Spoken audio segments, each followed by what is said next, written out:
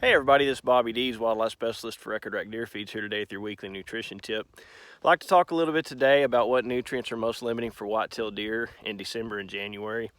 Really, if you think about it, habitat conditions are as depleted as they get.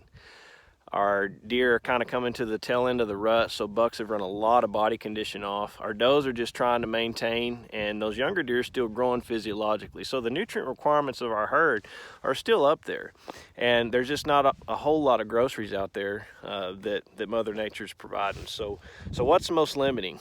And there's been, some studies done looking at this time of year where the primary one that comes to mind, they were looking at a cut cornfield versus a soybean food plot.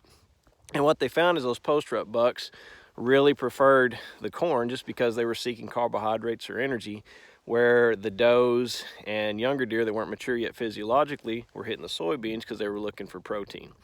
And that really kind of speaks to the importance of, if you're going to plant food plots, plant something that's going to have the diversity to have protein, energy, and kind of meet all of that so you can fill all the holes that might be missing for your herd. But what the problem we run into with food plots, particularly if you live where I live, is in December and January, unless you're lucky enough to get some really timely rains, this is what our food plots look like.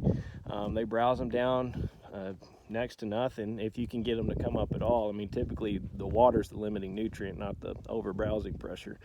But we really can't rely on food plots, so we have to rely on supplemental feed.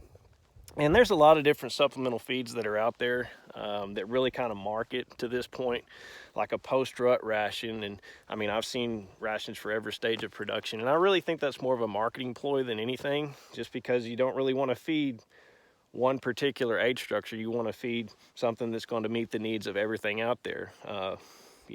Things that might be protein deficient, energy deficient, whatever. And really the main nutrient requirements that you're worried about, if you're just looking at a feed tag, you want something that's at least 16% protein, at least 3% fat, has a good calcium and phosphorus ratio, and some trace mineral in there, obviously. But the main thing that you got to worry about that's not on the tag is how much grain is in that ration.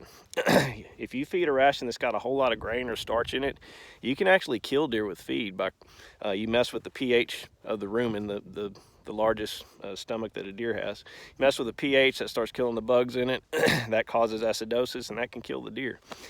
So that's definitely something we don't want to do, but something to really consider. And my best advice on that is, if you're worried about whether this ration's safe to feed at this time of year, talk to a nutritionist. I mean, that's what we're here for. So anyways, if you'd like to learn more about supplemental feeding, you'd like to learn more about Record Rack, look us up at recordrack.com and give us a call. Thanks.